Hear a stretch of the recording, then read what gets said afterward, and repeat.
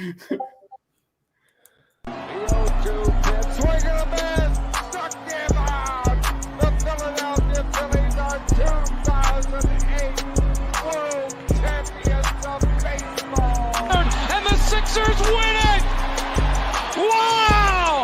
Oh man, Embiid just posterized Russell Westbrook. You love the Philadelphia Eagles? Let me get a hell yeah!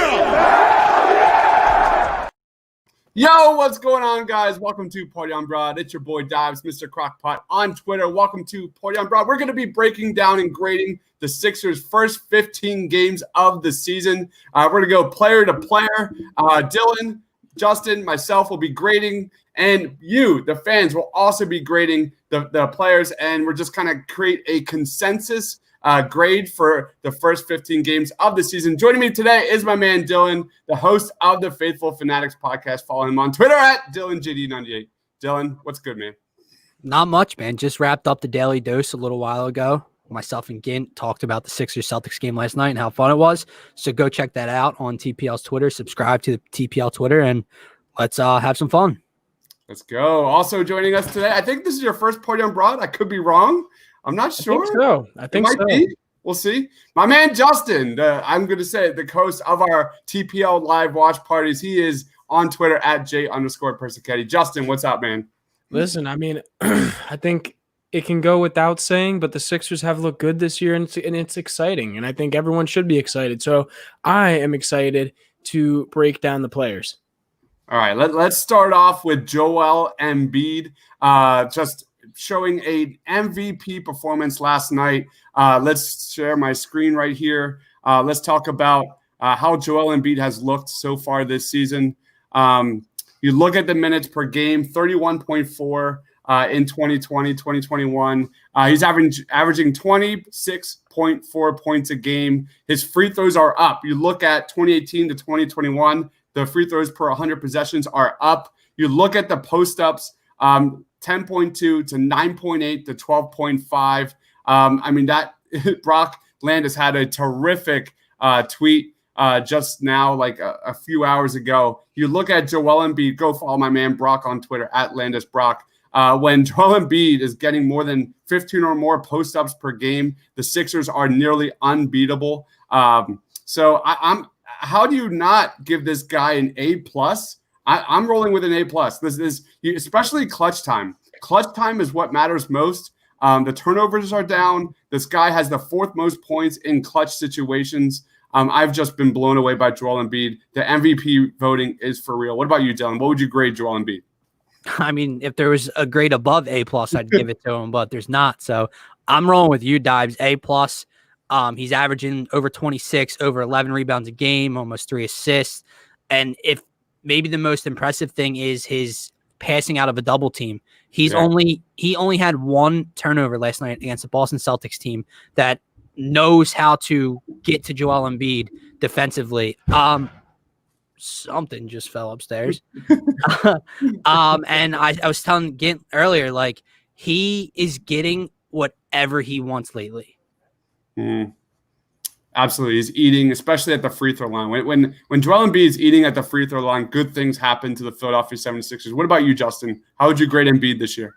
I mean, similar to you guys, A+, man. The guy has shown tremendous growth, and I think the best thing about it is it's not necessarily growth in learning more things on the court and being able to do more things on the court. It's more growth in being more efficient with what he was already doing. You guys said it best when it comes to passing out of double teams, when it comes to being more efficient, not turning the ball over, and just percentages wise. I mean, he's shooting close to 40% from three this year. And I think that should be something that a lot of people would not be very happy with, typically, where he is taking shots from the perimeter more often and has more often, but he's making them more as well. So I think you love to see that on top of how he's doing in the post. All right, A+ across the board for Joelle Embiid. If you guys are watching, grade, comment Joelle Embiid's grade in the comment section. I imagine everyone's going to give this guy an A or A+. But let's roll on to our next guy, which is Tobias Harris. You look at the stats. His PER has increased dramatically with Doc Rivers. True shooting percentage is now nearly 60%. 3-point percentage is 41.4% on the season. And catch and shoot three, baby. Catch and shoot three, 44.4%. This guy just received a ton of criticism over the last 365 days. And Tobias Harris has really answered the call. We're really kind of seeing the Sixers offense, the Doc Rivers system, be built around Tobias Harris. If you go back to 2018, when he was with the Clippers, this was one of the best scorers, points per possession, as a pick and roll scorer. And we're starting to see the Sixers system evolve into that. You're seeing less Ben, more Joelle, and more Tobias. And I got to give him an A. What about you, Dylan? I 100% give him an A. We all look at the Sixers team as the two cornerstone pieces and stars in Joelle Embiid and Ben Simmons. Right now, Tobias Harris is Joelle Embiid's running mate. Flat out, he is 0.3 away from the 50-40-90 club, 15 games in. He's averaging almost 20 points per game. And, the biggest thing was, can Doc get him right? Because how he looked in Los Angeles with the under Doc Rivers, making quicker decisions. That's all we heard, right? Well, it's not only that he's making quicker decisions, he's not forcing it either. Like the fourth quarter last night in a close game where he was needed, but he only took 3 shots in the fourth quarter. He was 3 for 3 for like 9 points, I think, got to the free throw line. Like he's not forcing the issue. He's averaging almost 20, and that is crucial for this team making a run later in the season because Joel and Ben will only take you so far. If Tobias is at all-star level Tobias, it's huge. Yep. What you're seeing is Tobias Harris's usage rates go up, Ben's go down. For better or worse, the Sixers offense is clicking. What about you, Justin? How would you grade Tobias Harris through 15 games? I mean, this is the best he's played in his career. Honestly, if you look at everything he's doing, he's not only being the complementary piece that we need on this team, he's also honestly just doing well for himself as well. This guy, in my opinion, is an all-star right now on this team. And I think you're going to see even more efficiency from him when Seth Curry gets back in this lineup. So it's going to be, I think it's going to be a lot of fun watching him for the rest of the year. But honestly, you can't ask for more. You can't ask for much more from him. All right, awesome. All right, so A's across the board for Mr. Tobias Harris. That was an A, right, Justin? What's up? That was an A? Oh, yeah. All right, let's go to Mr. Ben Simmons. You look at the stats, turnover percentage. That is the biggest thing that stands out when talking about Ben Simmons through 15 games, 19.3 to 20.4 to 26.8%. The points per game has been down. I think the biggest thing to note here is the turnover percentage is up while the usage rate is down. Those don't go together. True shooting percentage is down, career low. Free throw attempts per 100 possessions, right around the same. He started the season kind of getting to the line more, but that's certainly decreased over the last couple weeks or so. This is a hard one because this is like the topic over the last week or two. However, he's getting others involved. When like games last night, when he doesn't turn over the ball, I can live with Ben Simmons averaging 13, 14 points a game, playing great defense, locking down the opponent's best player, and really just impacting the game across the board. So I gave him a B-. What about you, Dylan? This is so tough. This is going to be the toughest one. My stance on Ben Simmons. I wouldn't have made the move. I won't make a move for Bradley Beal. And I think that he impacts the game in every other way. But the bottom line is I will be critical. Some people think I can't be critical. I'm going to give him a C so far.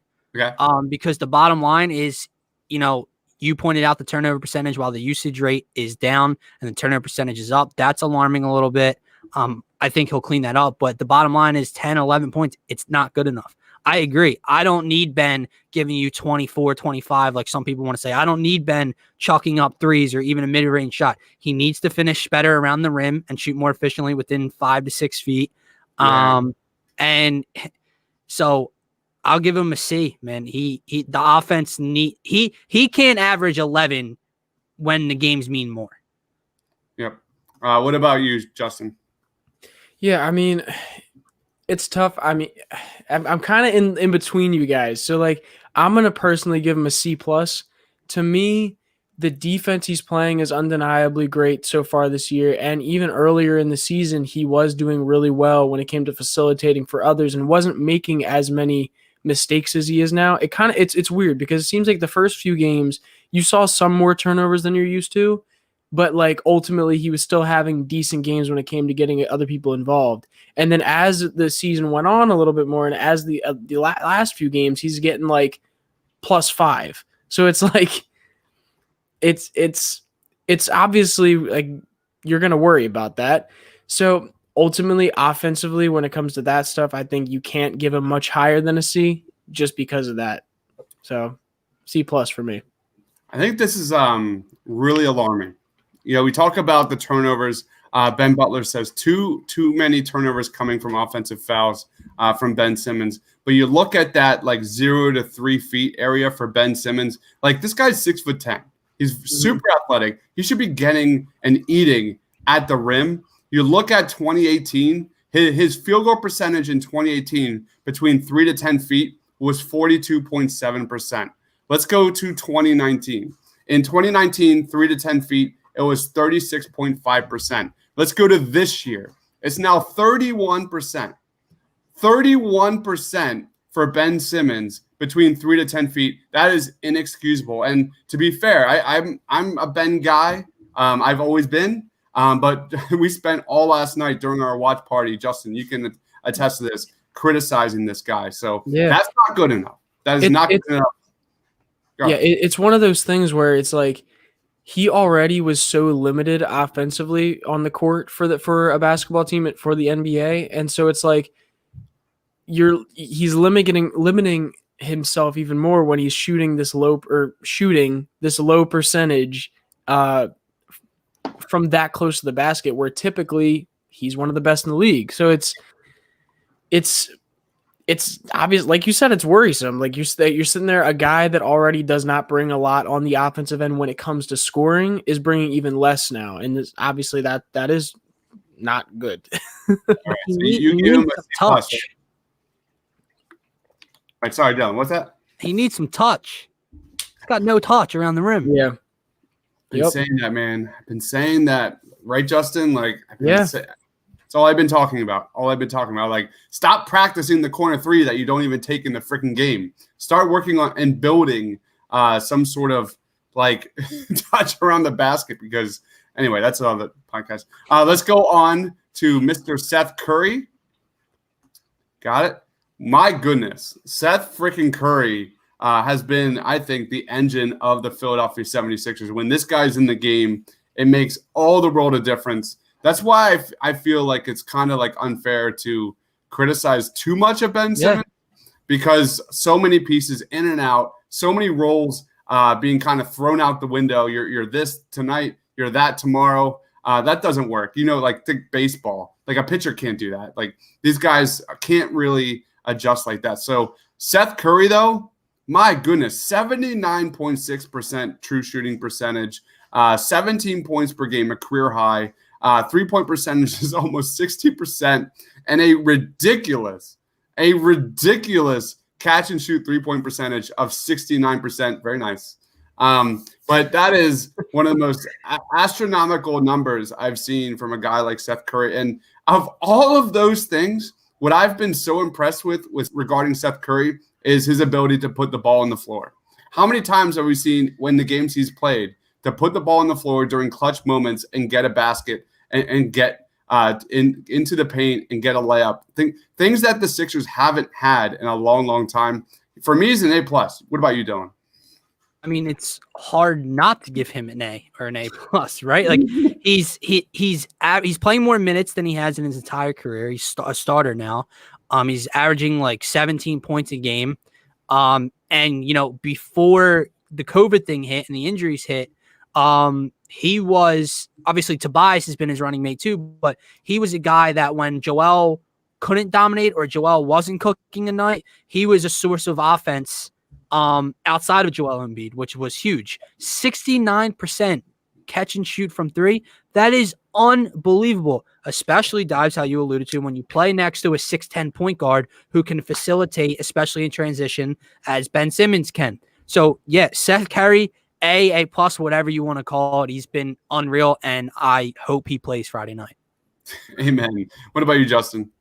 Yeah, I mean, you really like it's similar to Tobias Harris. You really can't ask for more than what they're giving right now. I mean, percentage wise, they're shooting their best numbers they ever have. Seth Curry, the fact that Seth Curry is almost shooting 70% on catch and shoot threes, and the fact is like utterly ridiculous in itself. But the fact that that is literally the perfect player to line up next to a guy like Ben Simmons. And the kind of player that we've been talking about for probably the past 3 years, wanting to get guys like that on this team. And he's been that guy. And like Dibe said as well, he's not just that amazing catch and shoot guy that we've needed. He can also put the ball on the floor. Yeah. I would say better than Josh Richardson could when he was here. He has shown me that he has so much more in his arsenal offensively than I ever thought. No, ever thought. And he's actually, and I think the biggest thing, because like I paid attention a lot to Seth Curry just because he's one of my favorite guys when he was with Portland and when he was with the Mavs. But something that you didn't see that much with them was his ability to really handle the ball. More often than not, you were seeing catch and shoot stuff, and every once in a while going in. He's getting a lot more of a chance here to have some more ball handling responsibility when he's on the court. So it's like, it's just exciting, honestly. It's exciting because the fact that we have him for the next 3 years on a very, very team-friendly contract for what he's given you. Isn't he on like a $9 million per year contract? Like 8. Yeah. That's insane for the numbers that you're getting from him. And I don't know when we're doing Shake Milton, but Shake Milton as well. Insane. Guys, we've gone through 4 players and given 3 of them an A+. I have an honest question for you guys. If Seth Curry was on the Sixers with Ben Simmons, Joelle Embiid, and Brett Brown as head coach, would Brett Brown still be coaching in Philadelphia? No. I think it depends. I don't think he would get used the same. I think Seth would be getting used the way Justin alluded to in Portland and in Dallas, as compared to how Doc and his coaching staff has him used right now. Right. Yeah, I kind of agree with that. All right, let's roll on to Danny Green. Danny Green, you look at the points per game, they're up compared to last year, nearly at his 2018 numbers of 9.7 points per game. True shooting percentage has decreased over the last 3 years. However, 3-point percentage, 38%. I'll take it. Catch and shoot from three, 36.1%. I'll take it, especially with great team defense. What did I give Danny Green here? I gave Danny Green a B+ because I do think this guy gets a little too much hate than he deserves. And I do think that when Seth Curry is back and that starting lineup is healthy, I really do think that Danny Green is a great fit next to our Ben Simmons and Joelle Embiid. How would you grade Danny Green, Dylan? I really want to give him like an A-. I won't. I'll give him like a B+. I see like his 3-point percentage is at 38 right now, which is still above league average. It's very good. But the part that hinders it is the few games where he was like the lone source of offense outside of Maxi when Ben and Joelle and all were out.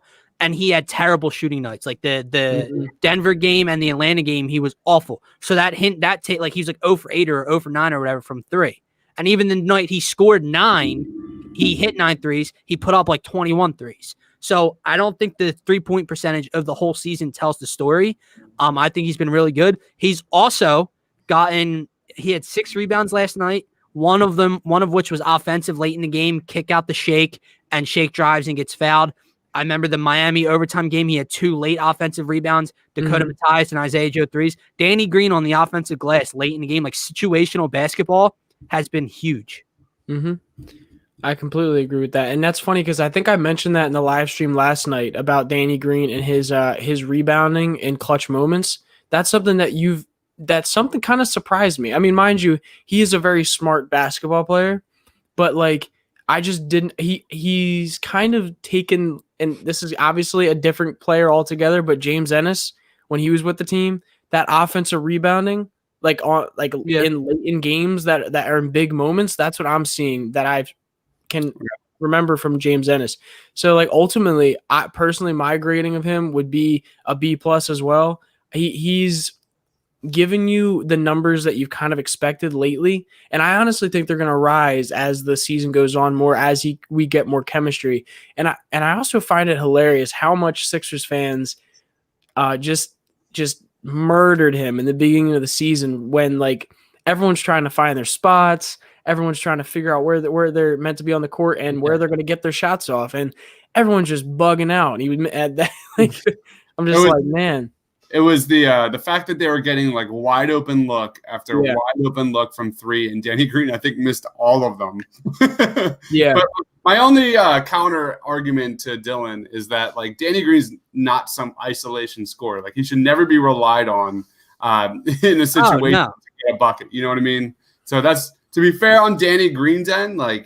He was just that's that piece where I said guys playing out of their role. So that my point for that was saying like he had to shoot so many times and he wasn't knocking, like he had two poor nights shooting wise. So I think that's why his 3-point percentage is 38. I think it would be higher under different circumstances. Yeah, I agree. All right, let's roll on. I've got a B+ from Justin, A- from Dylan. We're good? B+. B+ for you, Dylan? Yeah. All right, let's roll on to Shake Milton. Shake Milton. I love this like little graphic here. Ooh. Yeah. It doesn't translate. Does it? It doesn't show up. It did it for me. A second.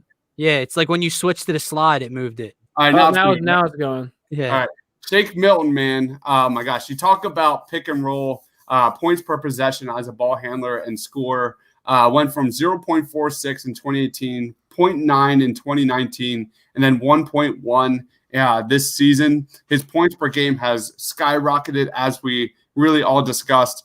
The 3-point percentage has really increased, especially in January. He started the year struggling when the season started, but January he has been lights out from three, and you're seeing the numbers kind of balance out. 35.3% from three on the season, 37, nearly 38% in the catch and shoot from three. I gave Shake Milton a B because even though all of his numbers are dramatically increased, I actually expect more from Shake. And I do think Shake can be better than what we've seen. And I expect the January sample to be more of what to expect. What about you, Dylan?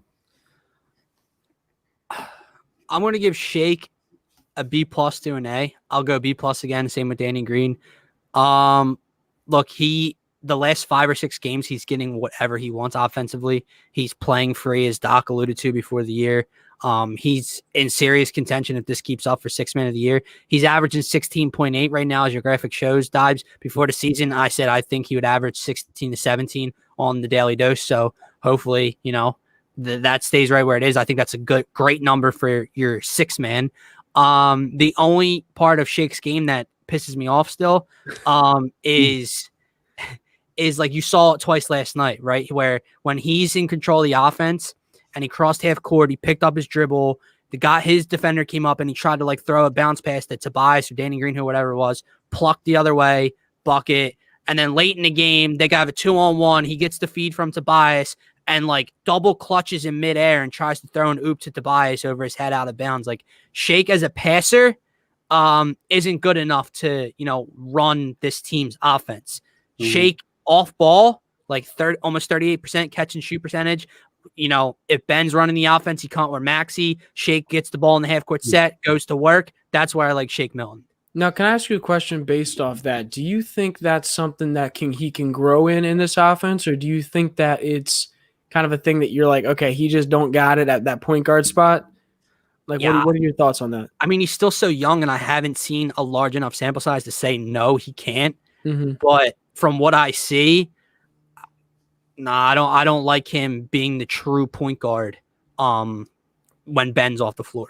Yeah, and I kind of want to go off of that into my grading. So, like, based on what you're saying, like, I actually had a discussion with one of my buddies today that I think it's going to end up that bench or our starting lineup could eventually look like Tyrese Maxi at the 1, at the 2, Shake Milton.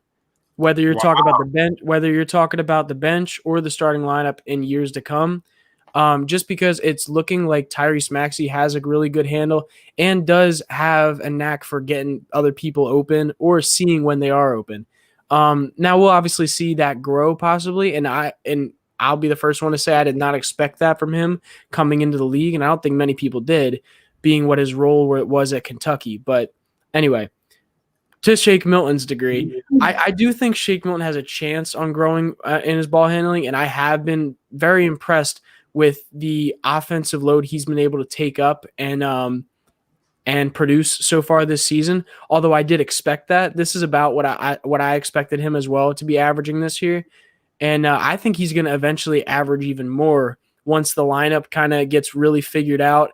And also if he's playing on a more consistent basis. I mean, we have to remember most of these guys were out for a week before they came back when they were all shooting really hot at the time. So I think we're going to see him balloon up, much like Dives was saying. So ultimately with that, I think his grade for me would probably be a B plus range, just because I do think you're going to see more from him as the season comes along. All right, we have a comment. MPC Smith 1 says, can the Sixers package Mike Scott, Terrence Ferguson? It's amigos. Hola, ladies over here. And a trade exception for Thaddeus Young. I don't know why Chicago want that garbage for Thaddeus Young, but sign me up. That's the thing. And I have no idea. I haven't seen anything about Thaddeus Young or his numbers lately. Obviously, Anita Vars is backup 4, so that would be nice.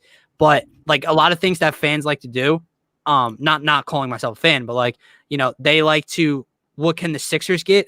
And they don't ever ask themselves, why would blank the other team do this trade? That is a trade that Chicago would be like, get off my line, get off my phone line.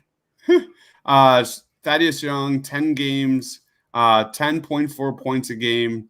He is shooting 28.6% from 3. So not the best start, although, again, it's the Chicago Bulls. So stop chucking him up, Thad.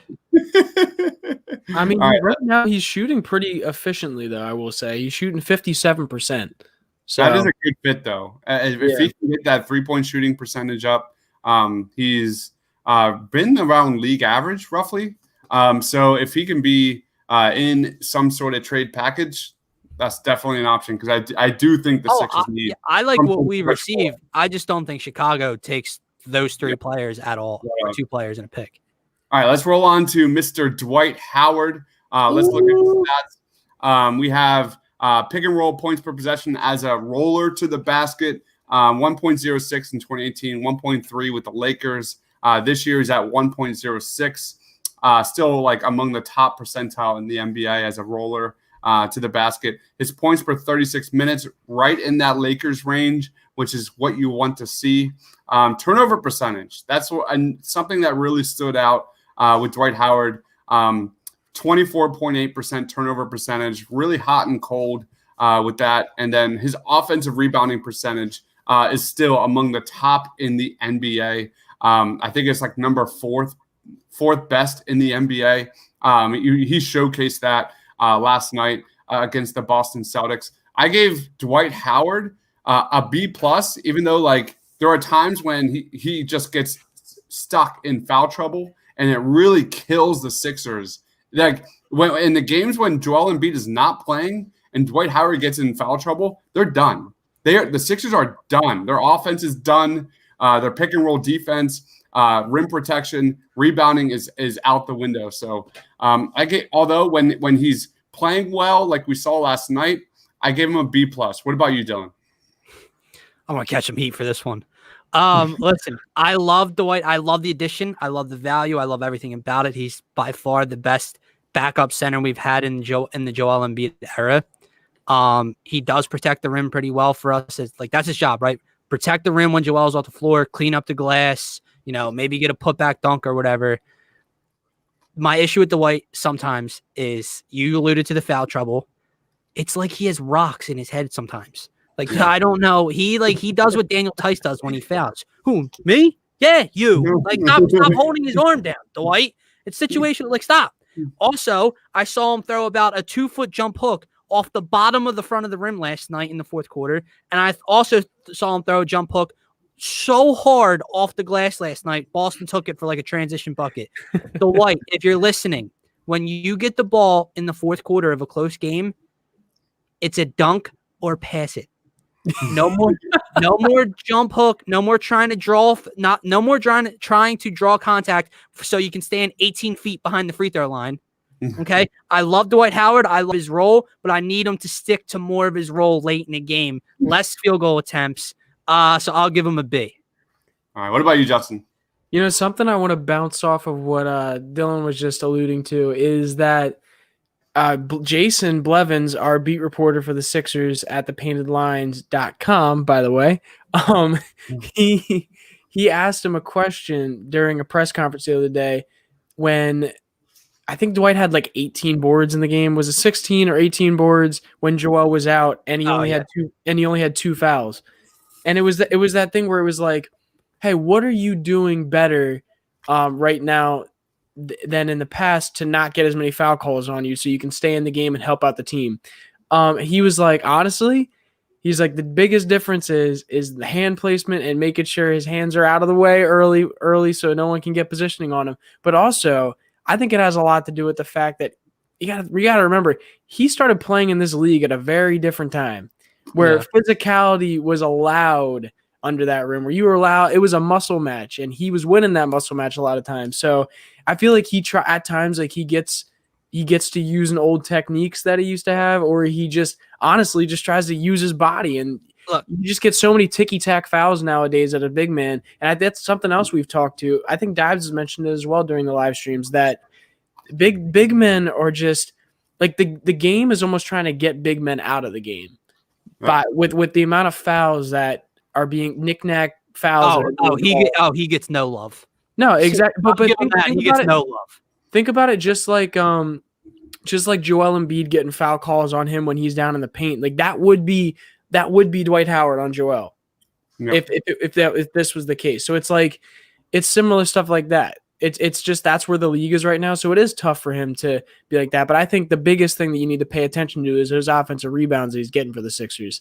Like that those are key for the fact that those are key for the fact that we are such a good 3-point shooting team this year. And if he's able to get those bricks every once in a while and get them back out the shooters, it's going to really help in the long run. And one thing to consider about Dwight Howard is when Seth Curry comes back, when this team's healthy, the starting lineup is healthy, Tyrese Maxi, Shake Milton, that backcourt next to Dwight Howard is the ticket. That is one of the biggest tickets to beating teams like the Brooklyn Nets. That is one of the biggest things that the Sixers have going for themselves. That pick and roll, him rolling to the basket, that is something to really keep an eye out for because Shake thrives in the pick and roll. Tyrese thrives in the pick and roll. That is a major advantage that the Sixers might have for themselves against Kevin Durant, James Harden in like a second round of the playoff type of situation. You mean the unbeatable Brooklyn Nets? Who? Yeah. Got him. Why are we even doing this video? I mean, we're not going anywhere. The Brooklyn Nets are going to the finals. All right, let's roll on to Tyrese Maxi. 0.94 points per possession. He's averaging 10.6 points per game. He's shooting 27% from three, 26.1% from three-point range in the catch and shoot. Right around the same as he did in Kentucky, 25% in the catch and shoot. I think this guy has been a spark plug all season long.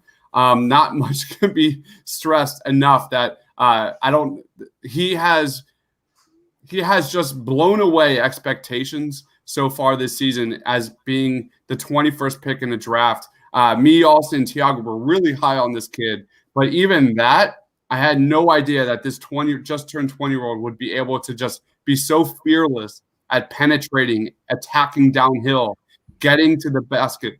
So I gave Tyrese Maxi an A because I think this guy, he's a 20-year-old, is now starting alongside Joelle Embiid and Tobias Harris. That is absolutely crazy. You look at Brett Brown's history, just something we haven't seen before. And his ceiling is something that I question myself all the time. How good can this kid be? Who is his NBA comparison? It's been really impressive. The book was out on him last night versus the Boston Celtics. He's now got some tape on him, and teams are adjusting to him. It's now a matter of him adjusting to the defense. So the sky's the limit. What about you, Don? I'm going to give him an A too. It's hard not to be excited. You mentioned it. He's fearless, whether it's attacking the rim. Look, they'll kick it out to him and he'll take a deep three. He's not afraid to do it, even though his numbers are under 30% from deep. That running floater is unbelievable. He's got a lot more to his game too. Like his ability to run the offense, his court vision, his ability to facilitate is a lot better than I expected it would be early. He's had one poor game. It was last night. He was 0 for 4 against Boston. It was the first game he's actually looked like a rookie this season. But that's what the Boston Celtics and Brad Stevens can do to you. So I'm not worried about it at all. Friday's going to be a nice, test to see how he bounces back to it. The only knock I have on him is sometimes I'd like him to shoot a little less. Like there were back-to-back games where we were almost fully healthy, like only Seth was missing, and he had like 14, 16 shot attempts. Shoot a tiny bit less. Like some of those threes he doesn't need to be taking, especially when he's like not on fire from deep. Other than that, he's been unreal. So yeah, it's hard not to give another person an A on this team. All right. What about you, Justin? Yeah, I think ultimately I would give him that B plus to A range. Has looked really great for this team for being what we thought he was going to be coming into the league. I think something we haven't really touched on yet is just his energy on the court. Yeah. The energy he brings offensively and defensively on the court in the short minutes he has, and just the energy he has on the bench. You can see that he is excited to be there, and he just wants to prove himself in this league, and he wants to show people that he is this top-notch player that got drafted too late this year in the draft. And he's so fun to watch, and I think you guys pretty much said everything else, but I think I just need to add that. Awesome. Let's roll on to Mike Scott. All right, Mike Scott. You look at the true shooting percentage decreasing this season, 2020-21, at 43%. The points per 100 possessions is down 11.9 points. 3-point percentage, 25%. Catch and shoot is 26.5%. I gave my man Mike Scott a D. What about you, Joe? Yeah, Mike Scott can keep his behind on the bench when he's healthy. I'm done with the Hive experiment. I don't need to see the Hive chuck up any more threes. It's not like he's a strong presence on the glass or on the defensive end as the backup four. Small ball Mike Scott 5 is awful. So yeah, I really wouldn't mind giving him an F, but I won't be that harsh. I'll give him a D. And the Hive can stay right where he is. What about you, Justin?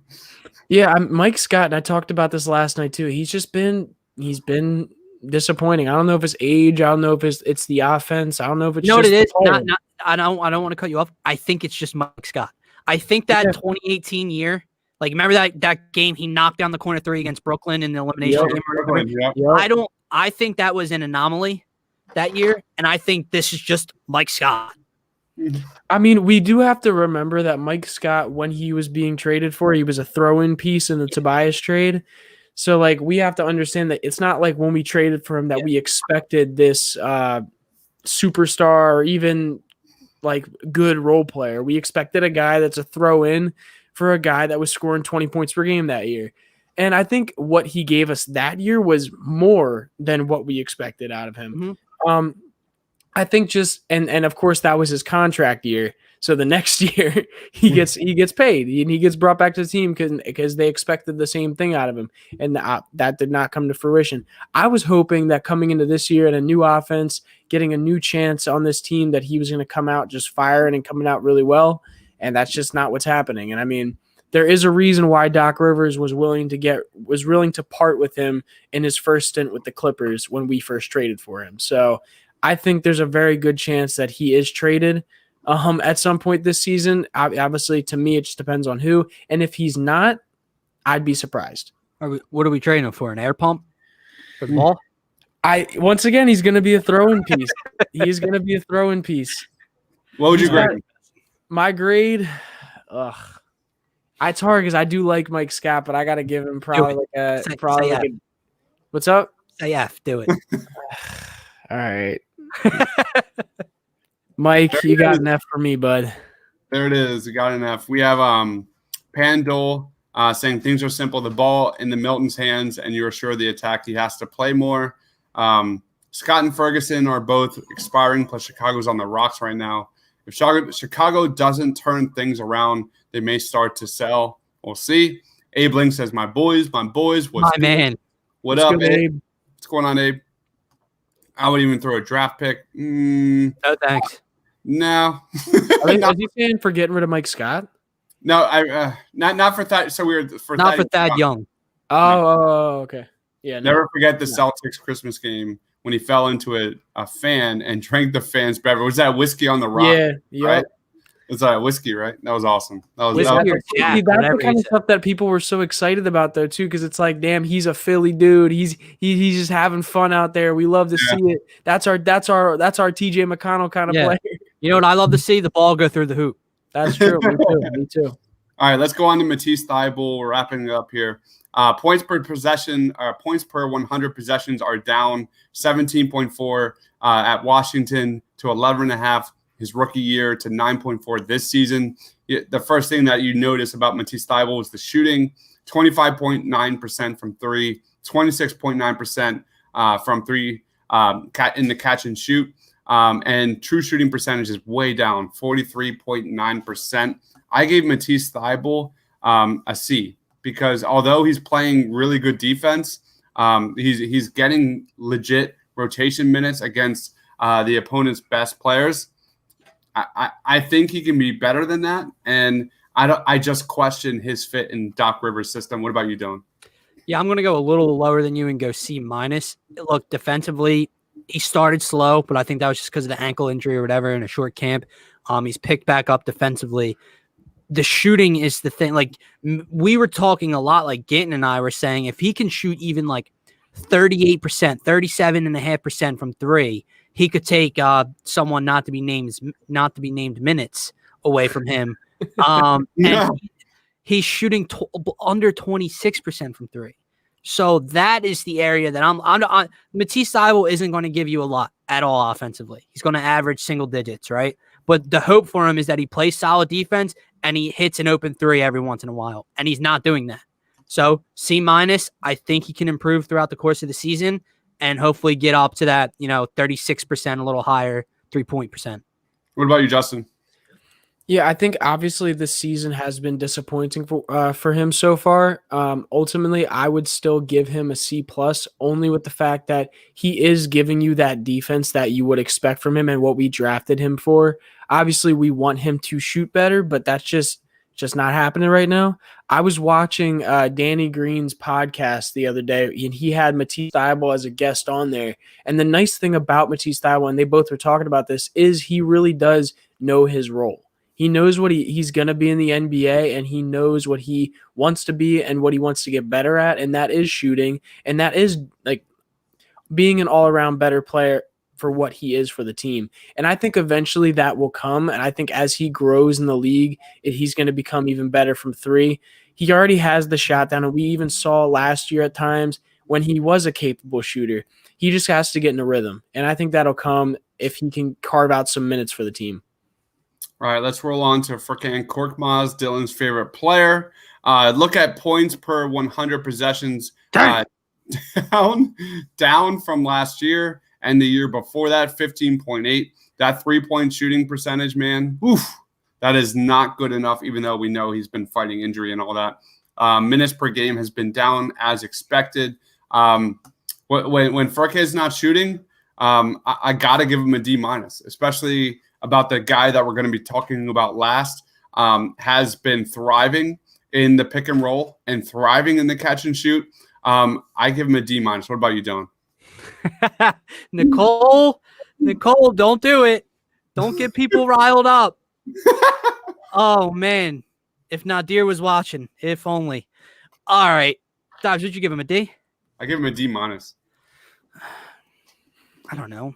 I'll give him a D-. There's one thing that this man can do. That's space the floor and hit shots inconsistently. But when that's not true, Dylan. I gotta interrupt you for a second. That's not true. He just had a reverse dunk last night. Here's what I'll say. I did not know Korkmaz had that in his bag. I did not know. Cork was a dunk contest champion over in Europe. Yeah, I did see that too. Here's what I'll say. How can you grade him higher than a D- or a D? Like I don't get it. There's one thing he can do where he's unplayable, and that's shoot well from three and space the floor. Tiago, don't worry. He's shooting 26.3% from three. And I looked at the box score last night because, it didn't like stand out that badly on the defensive end of the floor. But did you guys know, I talked about it earlier in the Daily Dose. He had 7 points in 20 minutes, whatever, 1 or 3 from three, had the reverse dunk. He was okay offensively. You know what I mean?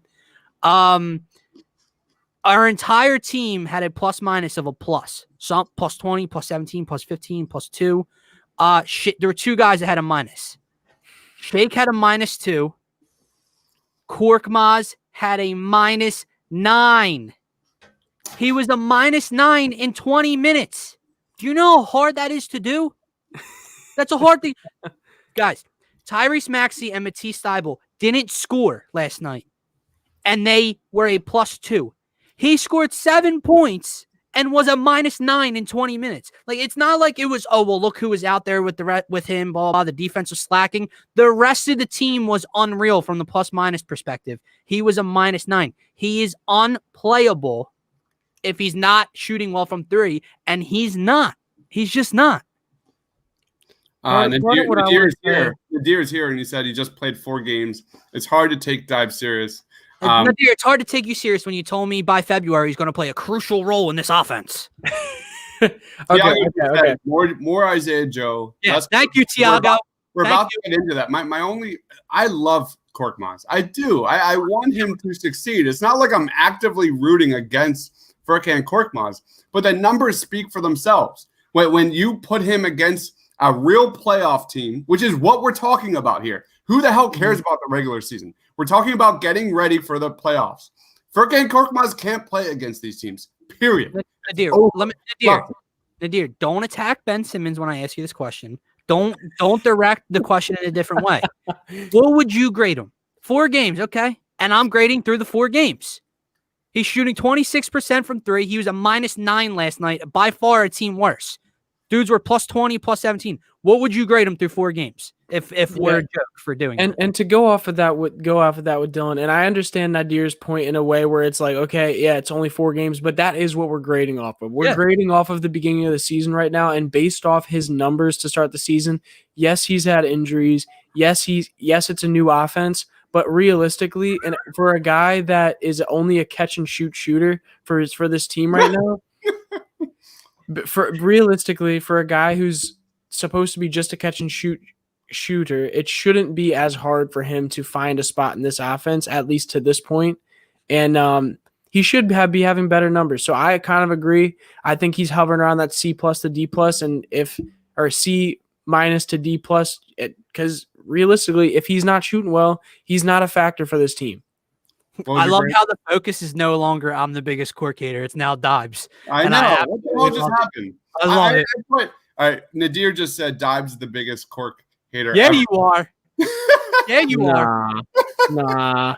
Dude, you just don't. You don't watch me then. You don't watch our live streams. You don't watch Party on Broad. If you're he didn't like the thing is Nadir didn't like you coming for his neck in the comments on the Daily Dose. That's the thing. Ooh.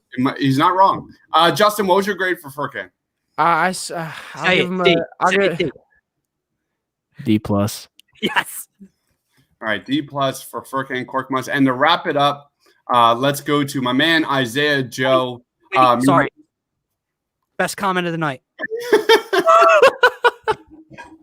Oh my God, that's so funny. Tiago says Sixers should be looking to cash in on Korkmaz. Peak value, good contract. Teams are going to value him. Yeah, take the hive with you. Yeah. But what is his contract? What is his contract value though? Because isn't he only making like $2 million? Not even. Exactly. It's like, how are you supposed to trade him as a 3-point shooter on a $2 million deal? What are you going to get for him though? That's my question. You need to get that. Like, is he a throw in? Are you trying to trade Mike Scott and him in a throw in? I'll get one of our second rounders back from next year's draft. So real quick before we move on, what PJ Tucker? What's his? Anybody here know his contract? Because I don't know it off the top of my head. Is that a possibility to do a Mike Scott, Furkan, and like in Terrence Ferguson or a Matisse? Guys, move on to Isaiah Joe, and I'll tell this contract. Yeah, let's go to Isaiah Joe. 56.9 true shooting percentage, 55 this season. Points per 100 possessions is 17.4. 3-point percentage 38.6. Catch and shoot in the three is 36.1. I loved Isaiah Joe. This is Tiago's boy, by the way. Coming into this draft, the second round pick for the Sixers was absolutely terrific. Loved it. However, I didn't expect really to see much impact from Isaiah Joe this season, his rookie season. I expected it to happen down at the 76ers Fieldhouse.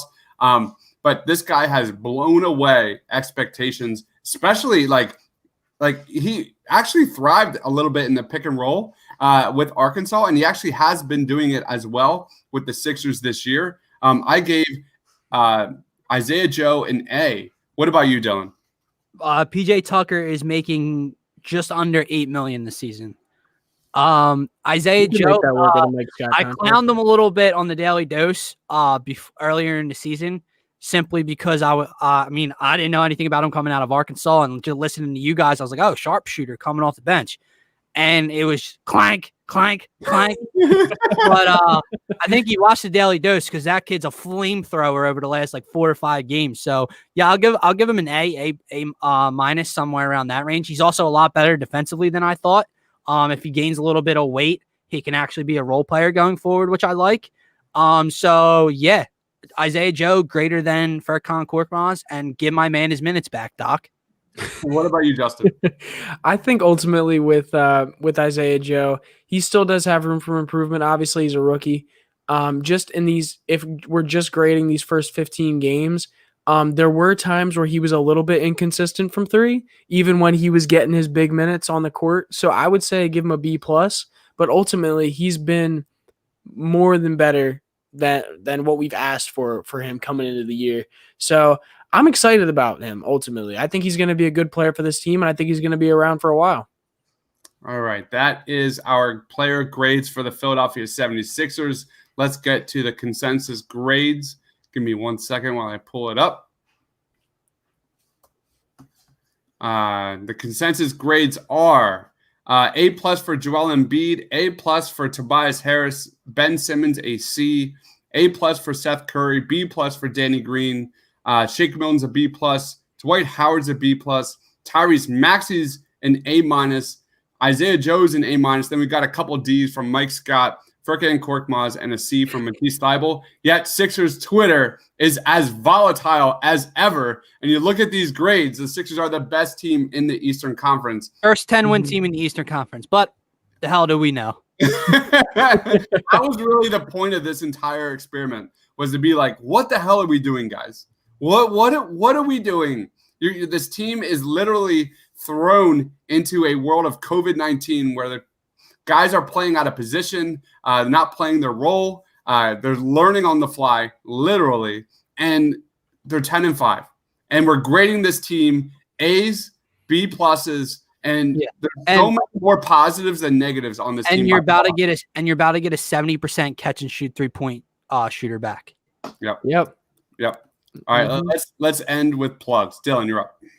Yeah, man. So the Faithful Fanatics, we took 2 weeks off, but we were back yesterday. So go check that video out on TPL's YouTube or Twitter page. We'll be back Wednesdays starting at 5:30. And the Daily Dose is every day with myself and Gint from, it either starts at 4 or 4:30. But Monday through Friday, just talking Sixers, Flyers, Eagles found their guy today. So go check that video out as well on the TPL YouTube. All right, Justin. Yeah, go check out my Twitter at J_Persichetti. Make sure you like and subscribe the video more than anything else. Subscribe to the channel, like, comment, please. Turn on seeing it. notifications. Yes, we're live all the time. Go follow the Painted Lines on Twitter as well as Instagram and all of our socials. Yeah, I mean, really, we appreciate you guys being here. All right. Thank you, everyone, minus Nadir, for joining. So I just want to say we have the Flyers watch party starting literally within the next 5 minutes. Flyers, I think, take on the Bruins, correct? Yes, sir. Here on Thursday night. That's going to be a blast. Morgan Frost is hurt, and I am just destroyed mentally, physically, emotionally. Oh, great. But anyway, thank you, everybody here for watching. Please check us out on Twitter at The Painted Lines. At thepaintedlines.com is our website. We're on Facebook. We're on Instagram. Follow my man Dylan at DylanJD98. Check out the Daily Dose. Check out the Faithful Fanatics at Faithful Fans 2. Check out my man Justin at J_Persichetti. For Dylan, for Justin,